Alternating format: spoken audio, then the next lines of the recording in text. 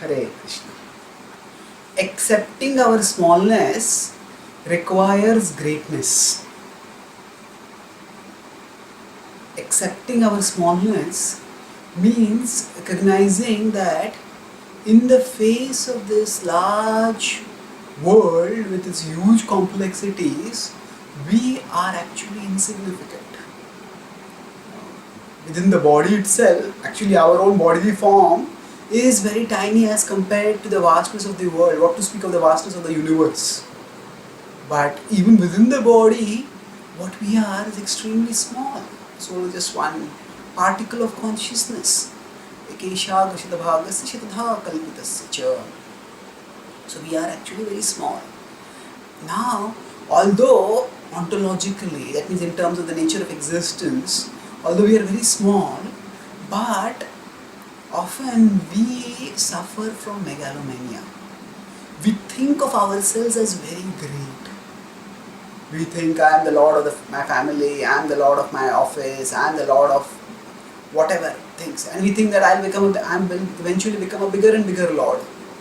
So this is the attitude that is caused by the false ego, and because of this ego, what happens is we actually become very competitive, even envious of others. Ahankaram balam darpam kamam krodham cha samshritah mamatma paradeheshu pradvishanto abhyasuyakah. So Krishna says ahankara. Ahankara is ego, arrogance. This is a characteristic of the demoniac nature, and such people become envious of others. They become envious of Krishna also, it is said. So now it is the ego which makes us suffer from megalomania. It makes us think that I am very great. And the ego is extremely strong, extremely powerful. And it requires a lot of strength to actually fight the ego, to bring the ego down to submission. Even climbing up the world's greatest mountain, say scaling Mount Everest or becoming the top sports person in the world, these activities require determination, great willpower. But far greater willpower is required for attaining freedom from the ego. Now, why do we need freedom from the ego at all?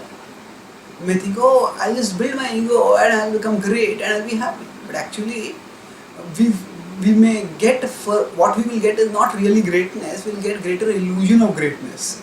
Even if we achieve certain things, how long are those achievements going to last?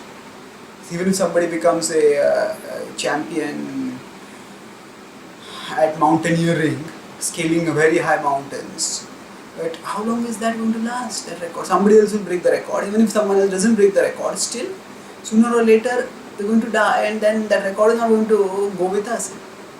So we will go empty-handed. So actually, we are misled by our ego, both in this as well as the next life. And because the ego is so strong, its illusion is so strong, fighting it is very difficult. And it requires greatness to give up the illusion of greatness. So when we actually accept our smallness, then we can truly connect with the Supreme Great.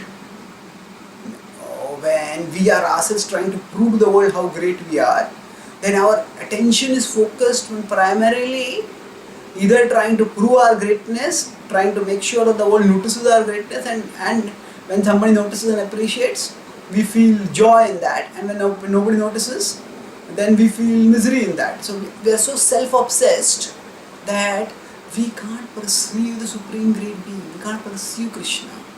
And actually, because Krishna is all attractive, because Krishna is the source of all happiness, when we are not able to perceive Him, then we do not experience any higher spiritual happiness. Only when we connect with Krishna, only when we give up the hope for becoming great, can we find real happiness by connecting with the true great and relishing in the infinite happiness that He embodies. So because this requires fighting against the ego, it is a very difficult task, but if it is achieved, then it brings a supreme fulfillment. Thank you. Hare Krishna.